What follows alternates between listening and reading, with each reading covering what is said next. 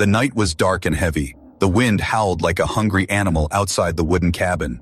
Inside, the fire was almost gone, leaving the small room cold and lonely. A human soldier sat on his bed, staring at the dying flames. He had been living alone for many years. The war had ended, but it had taken everything from him: his friends, his family, his peace. He was about to close his eyes when he heard it. Knock, knock. The sound was soft at first, almost too quiet to notice. He froze. Nobody ever came to this cabin. He lived far from the nearest town. Who could be out here, at this hour, in this storm? The knocking came again, louder this time. Slowly he stood up. His hand moved to the old rifle leaning against the wall. With careful steps, he walked to the door. The wind outside shook the cabin, making the walls creak. He opened the door. There she was. An alien woman stood in the doorway, soaked from the rain. Her thin arms wrapped tightly around a small child.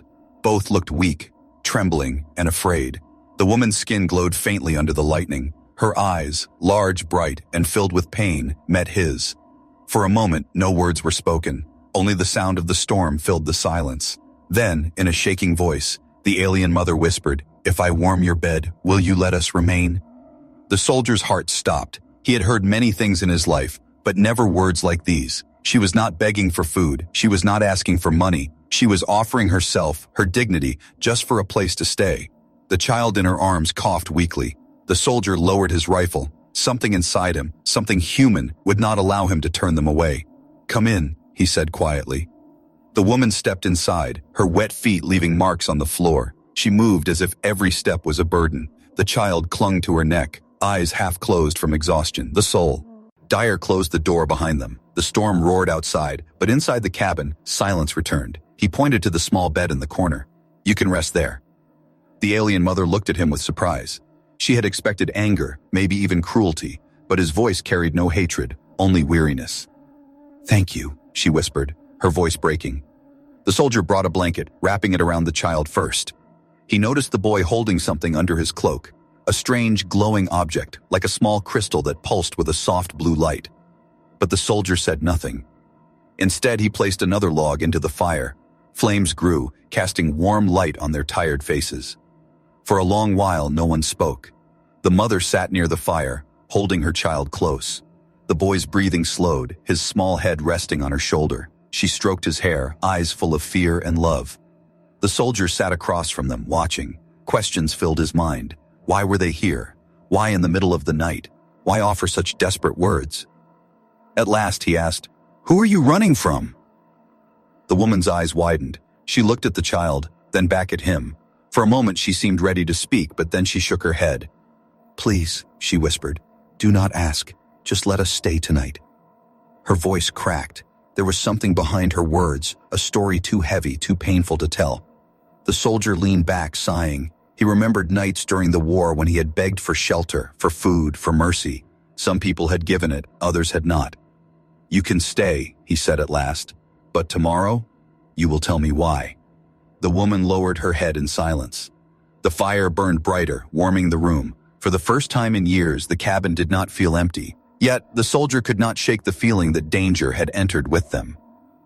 The boy shifted in his sleep, the chapotizo. Blanket slipped and the glowing crystal peeked out again. The soldier's eyes fixed on it. It pulsed like a heartbeat, alive with strange energy. "What is that?" he asked. The mother quickly covered it, holding the child tighter. Fear flashed in her eyes. "Nothing," she said quickly. "It is nothing." But her trembling hands told another story. Before he could press further, a sudden sound cut through the night. Bang! The door rattled. Heavy fists pounded against it. A deep voice shouted from outside. "Open this door! By order of the Empire, you are hiding fugitives!" The soldier's blood ran cold. His eyes shot to the woman. She was pale, her lips trembling. The boy stirred awake, clutching the glowing crystal tightly. The storm outside was no longer the greatest danger. The real storm had just arrived at his door. And in that moment, the soldier understood. His life was no longer his own. The night of desperation had only just begun. The pounding on the cabin door shook the wooden walls. Dust fell from the ceiling. The human soldier gripped his rifle tightly, his heartbeat loud in his ears. From outside, the deep voice shouted again, louder this time. "We know you are hiding them. Open the door, human, or face the law of the Empire." The alien mother held her child closer. Her eyes were wide with terror, her body trembling. The boy stirred, the glow from the crystal under his cloak growing brighter. The soldier stepped forward, putting his finger to his lips. "Quiet," he whispered to her. She nodded quickly, pressing the child's face against her chest to hide the light. The pounding continued for what felt like forever. Shadows moved outside the window, armed figures waiting in the storm. The soldier's mind raced. If he let them in, they would find her. If he refused, they might break down the door. Finally, he shouted back, his voice firm. "There is no one here. I live alone." For a moment, there was silence. Then the voice outside growled, "We will return. If you hide her, you die with her." Heavy footsteps crunched in the wet ground as the soldiers moved away into the storm. Slowly, the pounding stopped. The sound of engines faded in the distance. The soldier lowered his rifle, his breath shaking. The alien mother's face was pale, her hands still gripping her child with desperate strength. "You are hunted," the soldier said quietly. She nodded. Her lips parted as if she wanted to speak, but the words did not come. Instead, she bowed her head, tears sliding down her cheeks. The boy stirred again. The crystal slipped out from under the blanket, glowing softly in the dim light. The soldier's eyes fixed on it. "That thing," he whispered, "it is not just a stone." The mother's body stiffened. She clutched the glowing crystal to her child's chest. "Please," she said, her voice breaking. "Do not ask. Do not touch it." But the soldier could not look away. The crystal pulsed like a living heart, its light rising and falling in rhythm with the boy's breathing. It almost seemed alive. Finally, the soldier spoke again. "If you want me to risk my life for you, I need to know the truth." Her eyes locked with his. For a long moment there was silence. Then, slowly, she began to speak. "My child, he carries something forbidden, something my people fear." Her voice shook as if every word was a wound. "The crystal is not a jewel. It is a living seed. It chose him the day he was born." The soldier frowned. "Chose him?" She nodded. "It is an ancient relic. Long ago it belonged to the rulers of my people. They say it gives visions of the future. It shows a path of unity, or a path of destruction." Her hands trembled as she stroked her son's hair. When the elders saw the crystal in his hands, they called him cursed. They said he would bring the end of empires. They ordered us killed. I ran. The soldier's chest tightened.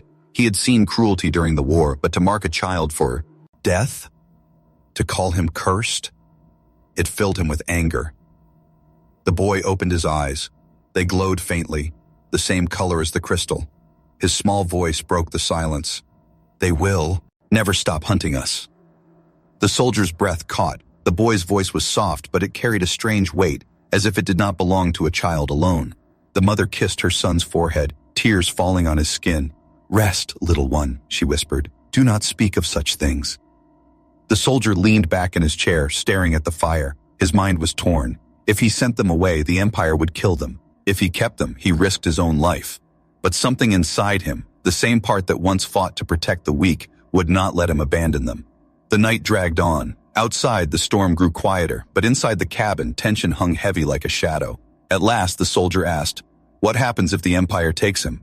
The woman looked at him, her eyes full of sorrow. "If they take him, they will destroy him. They will bury the crystal deep, and with it, the hope of a different future." The soldier was silent for a long time. Then with a sigh, he said, "You can stay, for now, but understand, if they come again, I will not hand you over." The woman's lips parted in shock. She had expected rejection. Instead, she saw in his eyes a flicker of something she thought was lost, mercy. "Thank you," she whispered. The boy closed his eyes again, the crystal's glow fading softly as sleep returned. The soldier leaned back, his rifle resting across his knees. He did not know why he had chosen to protect them. Perhaps it was pity. Perhaps it was anger at the cruelty of her people. Or perhaps it was the strange sense that this child, with his glowing crystal, was far more important than he understood. Just as his eyes began to close, a faint hum filled the cabin. The crystal pulsed, brighter than before. For an instant, the soldier saw something impossible. Flashes of a battlefield, humans and aliens standing side by side, flames rising behind them. He blinked, and it was gone. The boy stirred again, whispering in his sleep, "The future is coming." The soldier's blood ran cold. Before he could speak, a new sound cut through the silence, distant engines growing louder. The Empire was returning, and this time, they would not knock. The rumble of engines grew closer. The human soldier's hands tightened around his rifle. The cabin walls shook as light swept across the windows, search beams cutting through the forest. The alien mother rose to her feet, holding her child close. Her face was pale, her eyes wide with fear. "They are here," she whispered. The soldier moved to the door and peeked through a crack in the wood. At least a dozen soldiers had surrounded the cabin. Their armor gleamed under the rain, their weapons pointed at the door.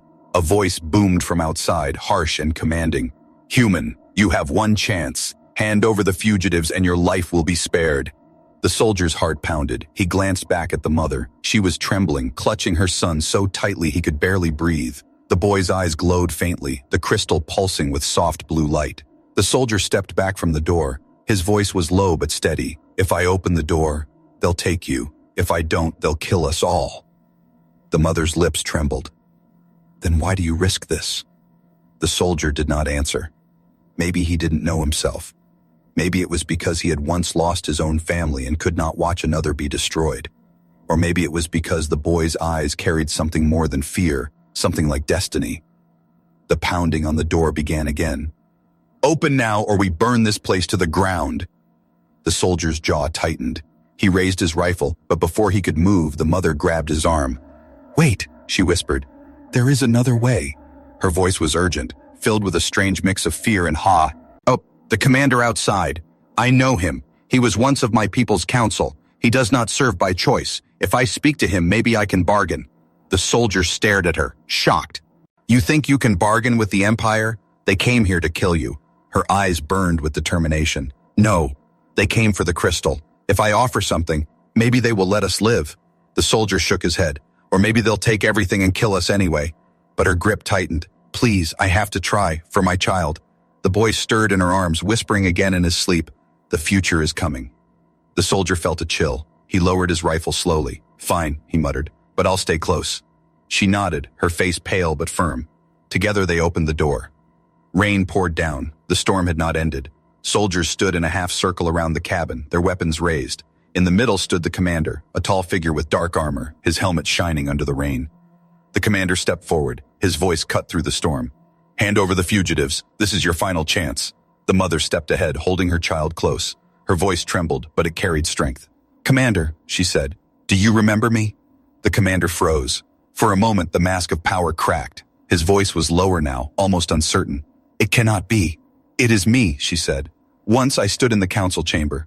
Once I spoke of peace. And you listened." The soldier's eyes flicked between them, stunned. The commander lowered his weapon slightly. "You should not be alive. They said you were gone." "I am alive," she said firmly. "And my child carries something more precious than you understand. Let us go, spare us, and I will give you something greater than death." The soldiers murmured, confused. The commander stepped closer, his eyes narrowing. "What could you possibly give me?" She lifted her chin. Rain ran down her face, mixing with tears. "The future. My child holds it. The crystal chose him. You know what that means." "The cows." Amander's face went pale. He looked around nervously, then back at her. "If the others learn the truth, they will destroy us all," he whispered. "Then help us," she said. "Turn away. Let us go, and I swear you will see the day when our people and the humans stand together, not as enemies, but as one." The commander's jaw clenched. His soldiers watched, waiting for his order. For a long moment, silence filled the storm. Finally, the commander lowered his weapon. "I cannot let you go, but I can give you time." He turned to his soldiers. "Search the forest. The fugitives are not here." The soldiers looked at each other, confused but obeyed. One by one, they spread into the darkness, their lights fading among the trees. The commander stepped closer, his voice low so only she could hear. "Run. Do not stop. If they catch you again, I will not be able to save you." The mother's eyes filled with tears. "Thank you." The commander did not answer. He turned away, his shoulders heavy with the weight of betrayal. The soldier pulled the woman and child back inside the cabin. His face was tense. "That was too close," he muttered. "He bought us a little time, nothing more." The mother nodded. "Then we must leave at dawn." The boy stirred once more, the crystal glowing brightly now.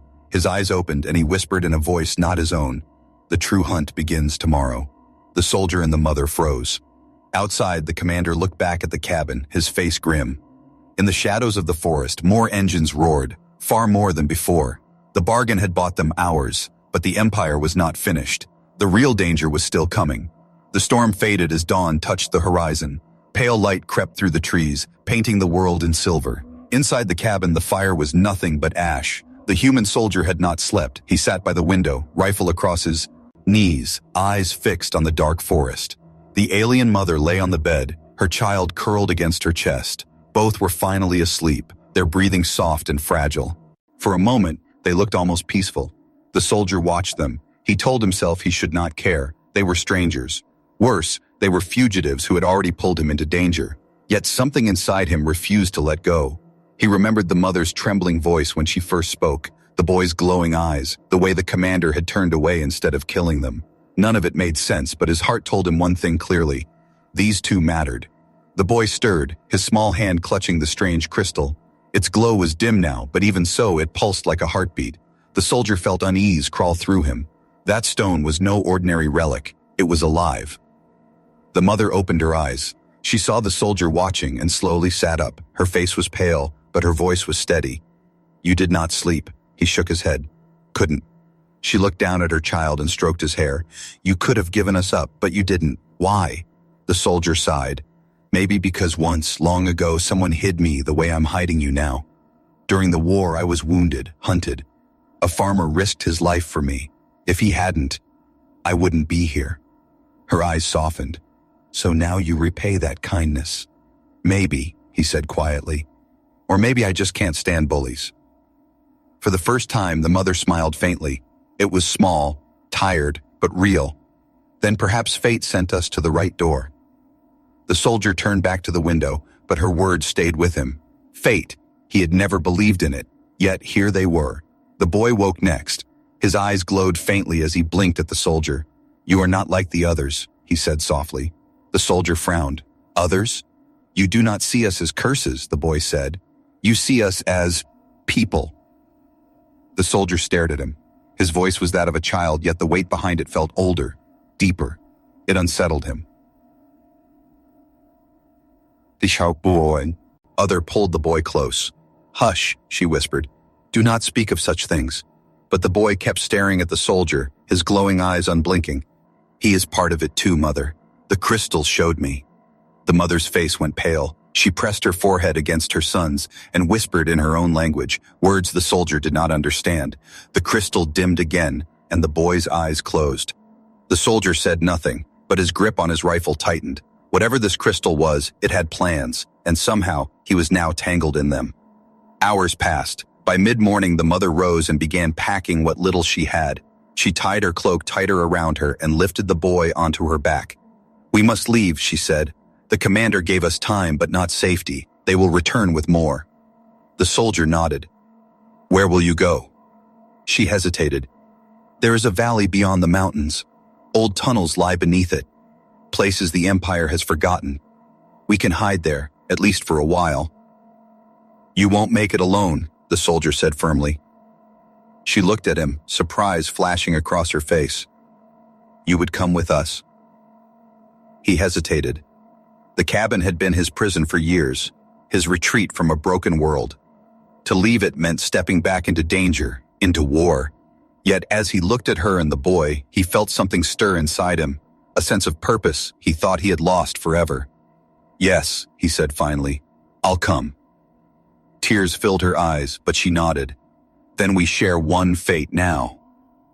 They left the cabin before noon. The forest was thick and silent, the ground wet with rain. Every crack of a branch made them freeze. The soldier walked ahead, rifle ready, scanning the shadows. The mother followed, her child clinging to her back, the crystal hidden under layers of cloth. Hours turned into a long march. The soldier carried them across rivers, cut paths through a thick brush, and watched the skies for ships. Slowly, a fragile bond grew between them. At one point, the mother stumbled, nearly falling. The soldier caught her before she hit the ground. Their eyes met for a brief second, hers filled with exhaustion, his filled with something he didn't want to admit. "Thank you," she whispered. He set her back on her feet, gruffly muttering, "Don't mention it." But the warmth in her eyes lingered. By evening, they reached a ridge overlooking the valley. The sun bled red across the horizon, painting the world in fire. For a brief moment, the valley below looked peaceful. The boy stirred again. He pointed toward the mountains.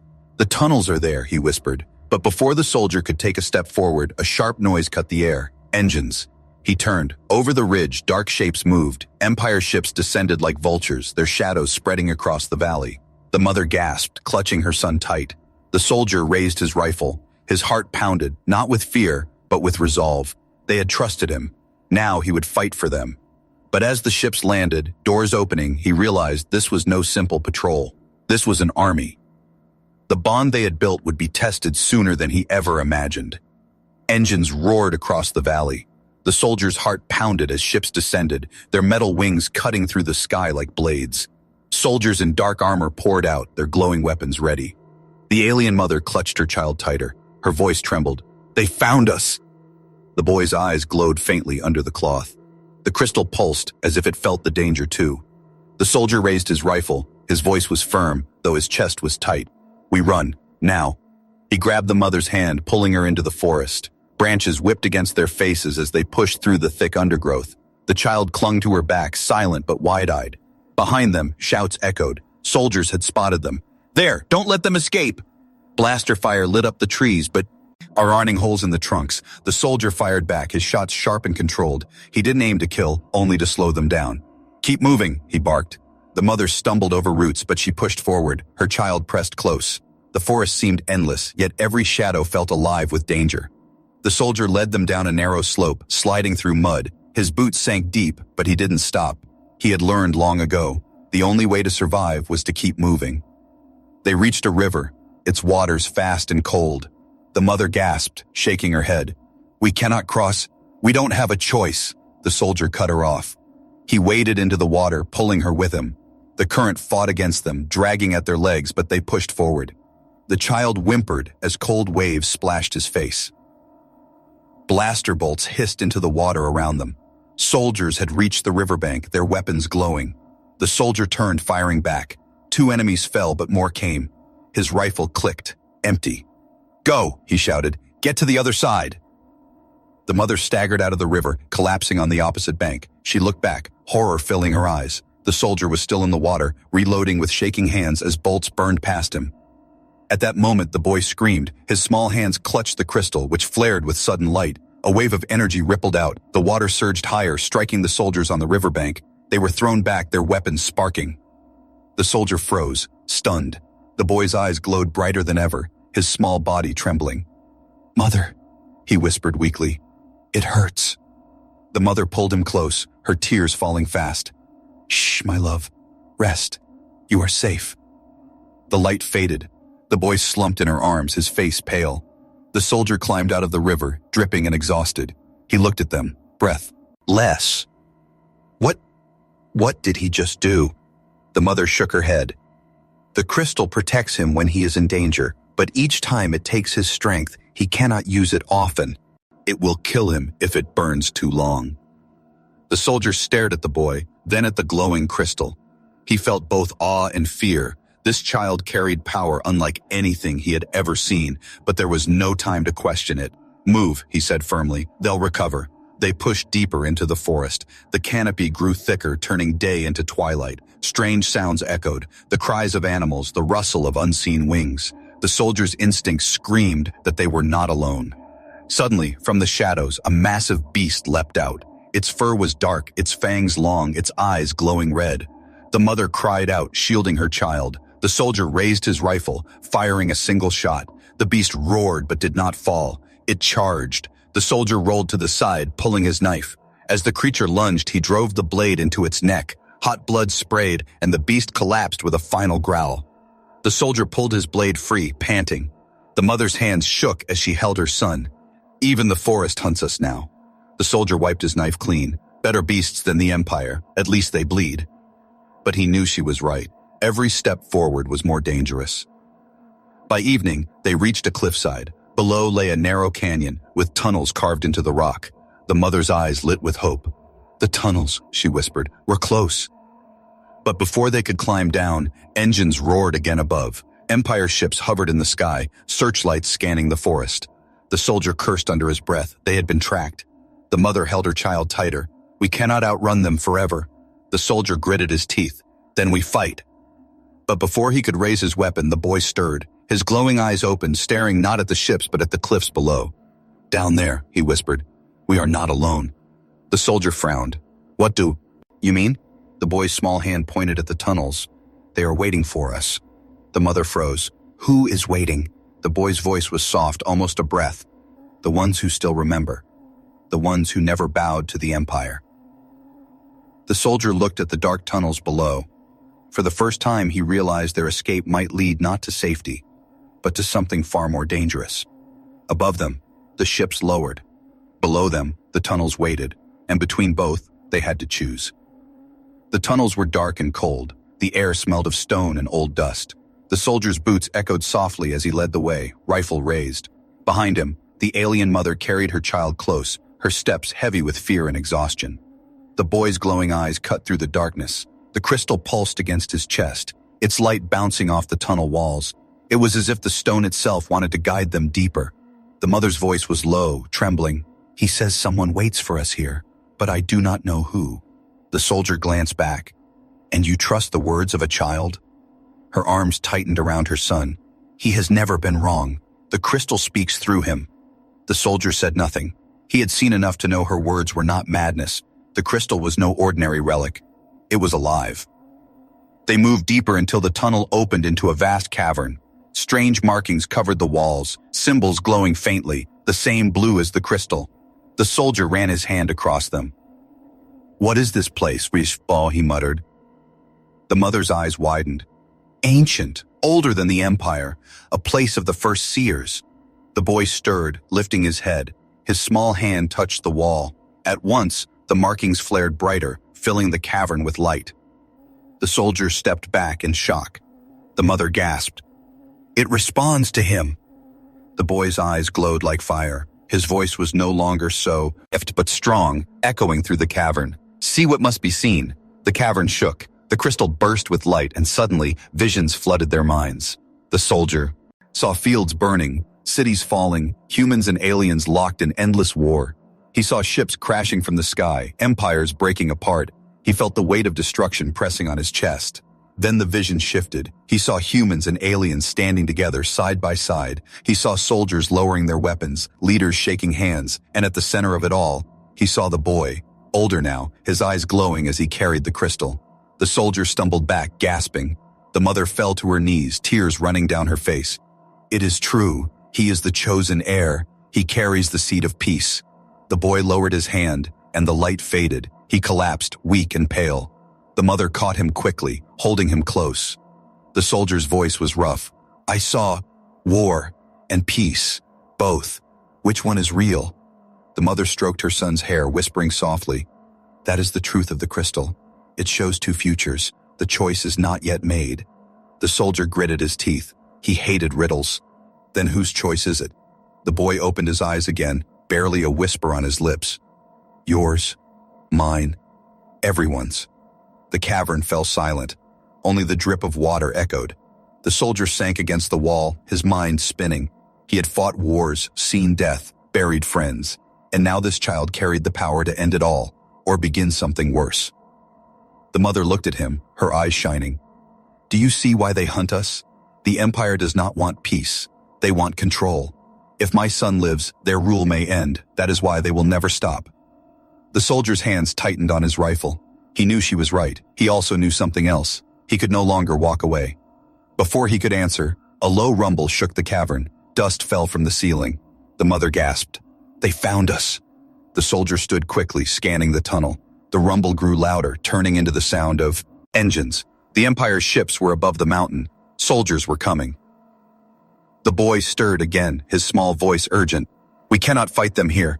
The tunnels will collapse. The soldier nodded. Then we move. Now. They ran through the winding tunnels, their footsteps echoing. The glow of the crystal guided them like a lantern. Behind them, faint lights appeared. Empire soldiers entering the tunnels.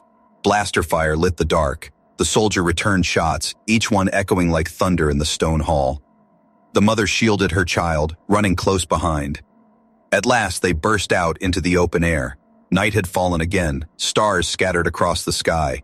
But freedom was short-lived. On the cliffs above, Empire soldiers waited, their weapons aimed down. The soldier cursed. We're trapped. The mother clutched her son. No, there must be a way. The boy lifted his head weakly. His glowing eyes looked up at the cliffs. His voice was steady despite his exhaustion. There is only one way. The crystal must open the path. The soldier frowned. What path? Before the boy could answer, the crystal blazed with light. The ground trembled. A crack split the cliffside, stone falling away to reveal a hidden passage glowing with the same blue symbols. The mother's eyes widened. It is real, the secret way of the seers. The soldier stared at the opening, then at the soldiers above closing in. He raised his rifle. You go first, I'll hold them. The mother's face twisted with fear. If you stay, they will kill you. The soldier's jaw tightened. Better me than him. The boy's hand reached out, touching the soldier's arm. His voice was soft but certain. No, you are part of this. Without you, the path will end in fire. The soldier froze. For the first time, he realized this was no accident. He was bound to them. But the Empire's soldiers were already aiming. The hidden passage glowed, waiting. They had only seconds to choose. The hidden passage glowed with blue light, carved into the stone, as if the mountain itself had opened its heart. The alien mother clutched her child tightly, her eyes wide with fear and wonder. Above, the Empire's soldiers lined the cliffs. Their weapons glimmered under the stars. The commander raised his hand, ready to give the order. The soldier raised his rifle, standing between the family and death. His voice was hard, steady. Go, get him inside. The mother hesitated, torn between terror and trust. Then she nodded, rushing toward the glowing opening with her child. Blaster fire rained down. The soldier fired back, each shot echoing in the night. He ducked behind rocks, returning fire with deadly precision. But there were too many. One bolt struck the ground near his feet, sending shards of stone into his face. Another grazed his shoulder, burning flesh. He gritted his teeth and kept fighting. The mother disappeared into the glowing tunnel, the child in her arms. The soldier fell back step by step, covering their retreat. Seal the passage, the commander roared. Do not let them escape. The soldiers advanced. Suddenly, the crystal blazed from within the tunnel. A pulse of light shot out, striking the Empire's weapons. Blasters sparked, overheating in their soldiers' hands. Some dropped them with cries of pain. The commander cursed. That cursed relic, destroy it.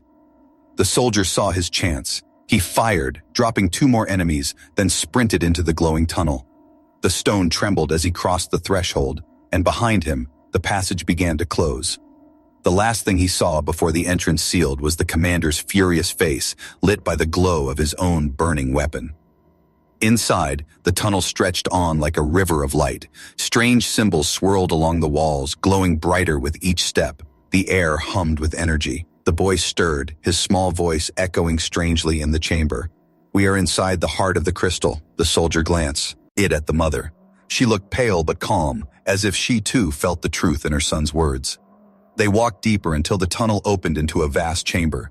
In its center stood a towering pillar of crystal, glowing with the same blue light. The ground vibrated beneath their feet. The boy slipped from his mother's arms and walked forward. The pillar pulsed in time with his heartbeat. His eyes glowed brighter, brighter still, until they shone like 2 suns. The mother reached for him. No, your strength is not enough. But the boy turned to her with a calm smile. It is not only mine, it is his too. He pointed at the soldier.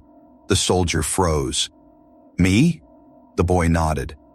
The crystal chose both of us, human and alien, together or nothing. The mother gasped, her hands trembling. So that is why fate brought us here. The soldier's chest tightened. He had lived years alone, lost in grief and war, and now this child, this strange glowing relic, told him he was part of something greater. The boy placed his hand on the pillar. The crystal flared, sending light across the chamber. The soldier felt it pulling at him, pulling at his very soul. Instinct told him to fight it, but the boy's voice whispered inside his mind, "Trust me." The soldier stepped forward, pressing his own hand against the pillar. At once, visions filled his mind. Not like before, stronger, clearer. He saw the Empire's fleets burning in the skies. He saw armies clashing, but then he saw something else. Humans and aliens standing shoulder to shoulder, united not by fear, but by choice. He saw the boy grown into a leader, carrying the crystal. And beside him, he saw himself, not as a soldier of war, but as a guardian of peace. The vision ended. The chamber was silent. The mother fell to her knees, tears streaming down her face. It is true. He is the heir, and you are his shield, the soldier. R pulled his hand away, breathless. He looked at the boy. What happens now? The boy's glow dimmed, his body trembling. Now, the world must choose, but tonight everything changes. Before they could speak again, the chamber shook violently. Explosions thundered outside. The Empire had found a way to break through. The mother cried out, "They are coming!" The soldier lifted his rifle, standing tall. He was tired, bleeding, and outnumbered, but for the first time in years he was not afraid. The boy touched the crystal again, and a shockwave burst outward. The tunnel behind them collapsed, sealing the chamber. The sound of the Empire faded. Silence. The mother collapsed beside her child, holding him close. "You saved us." The soldier lowered his rifle. "No, he saved us." The boy's eyes flickered with light one last time. He looked at the soldier, then at his mother. "Not just us," he whispered. "All of them. Tonight is the night the future begins." The pillar flared, filling the chamber with brilliant light. It wrapped around them, warm and endless, as if the crystal itself was making its promise. And outside, beyond the sealed mountain, the Empire's soldiers felt the shockwave spread across the land. For the first time in centuries, their rule trembled. The night of desperation had become the night of change, and nothing in the galaxy would ever be the same.